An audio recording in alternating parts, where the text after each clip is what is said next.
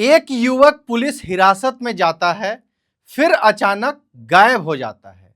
Police कहती है फरार हो गया, परिवार कहता है उसे बेरहमी से पीटा गया और अब पटना हाई कोर्ट खुद इस पूरे मामले की निगरानी कर रहा है। सवाल है, क्या बिहार में कानून के रखवाले ही कानून के कटघरे में खड़े हैं?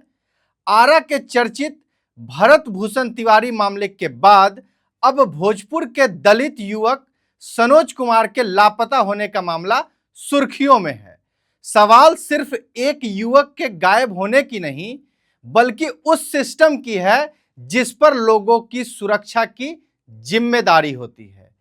अगर पुलिस की हिरासत में लिया गया व्यक्ति अचानक गायब हो जाए तो उसे जवाबदेही किसकी होगी और आखिर सरकार ऐसे मामले को रोकने के लिए क्या कर रही है? नमस्कार, आप देख रहे हैं खबर पॉइंट। मैं हूं आपके साथ गुलशन कुमार। भोजपुर जिले के बिहिया थाना क्षेत्र के गंज गांव के रहने वाले दलित युवक सनोज कुमार को 13 अगस्त 2025 को उत्पाद विभाग के टीम ने हिरासत में लिया था। इसके बाद से आज तक उसका कोई अता पता नहीं चल सका। पुलिस का दावा है कि रास्ते में जाम लगने के दौरान वह वाहन से भाग गया, लेकिन इस कहानी पर शुरू से ही गंभीर सवाल उठते रहे हैं। अब पटना हाईकोर्ट की सख्ती के बाद इस मामले में बड़ा एक्शन हुआ है। उत्पाद विभाग के 2 एएसआई, 3 होमगार्ड जवान और एक निजी चालक समेत 6 पुलिसकर्मियों को गिरफ्तार कर न्यायिक हिरासत में जेल भेज दिया गया है। अदालत ने साफ कर दिया है कि इस पूरे मामले की मॉनिटरिंग अब खुद हाईकोर्ट करेगा, जबकि पीड़ित परिवार की सुरक्षा देने के भी निर्देश दिए गए हैं। लेकिन सबसे बड़ा सवाल यह है कि अगर सनोज वास्तव में पुलिस हिरासत से भागा था तो उसी समय स्थानीय थाने में एफआईआर या सनहा क्यों दर्ज नहीं कराया गया?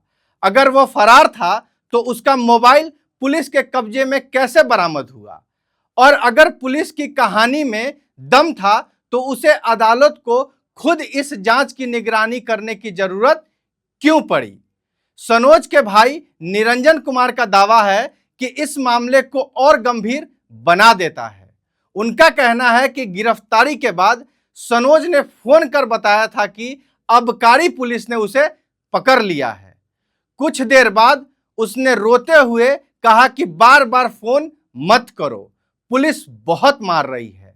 इसके बाद उसका फोन बंद हो गया और फिर कभी उससे संपर्क नहीं हो सका। यही वो बिंदु है जहां सरकार और पुलिस प्रशासन पर सवाल खड़े होते हैं। अगर हिरासत में किसी व्यक्ति की सुरक्षा सुनिश्चित नहीं हो सकती है तो आम नागरिक खुद को कितना सुरक्षित महसूस करेगा? क्या विभागों में जवाबदेही तय करने की आवश्यकता सिर्फ कागजों तक सीमित है और हर बार न्यायालय के हस्तक्षेप के बाद ही कार्रवाई क्यों होती है? तो आपने देखा कि एक तरफ भरत भूषण एनकाउंटर के बाद पूरे देश में एक अलग तरीके का माहौल बना। पूरी राजनीति बिहार की देश स्तर पे अभी भी हो रही है। आज वहां मौके पे चिराग पासवान भी गए हुए हैं, उस परिवार से मिल रहे हैं। इसी बीच एक ये बड़ा खबर आया है जहां एक सनोज कुमार युवक को पुलिस हिरासत में लेती है। अगस्त महीने के पिछले साल की यह घटनाक्रम है और अब तक उसका कोई अता पता नहीं है। परिवार असहाय महसूस कर रहा है। परिवार को कोई जानकारी, कोई सुराग नहीं मिल रहा है कि उनका जो सनोज था वो कहां है। अब ऐसे में हाईकोर्ट इस मामले को खुद मॉनिटर करने के लिए आगे आ गया है और बड़ी कार्रवाई करते हुए एएसआई, होमगार्ड के जवान और चालक को जेल भेजने का काम किया है और उन पे अब जो है वो एक तरीके से जांच बैठ गई है। तो ये मामला भी अब तूल पकड़ता हुआ जा रहा है। क्या सिस्टम की ये जवाबदेही नहीं बनती है कि जब आप किसी युवक को हिरासत में लेते हैं फिर वो युवक कहां चला जाता है? लगभग साल होने को है और अब तक उस युवक का कोई अता पता नहीं है। यह सिस्टम पे एक बहुत गंभीर सवाल खड़ा करता है। तो अगर आप हमारे इस खबर को YouTube पे देख रहे हैं तो चैनल को सब्सक्राइब करें। इस खबर पे अपनी प्रतिक्रिया कमेंट बॉक्स में अवश्य दें।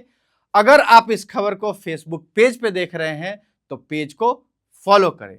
खबर में बने रहने के लिए आपका धन्यवाद।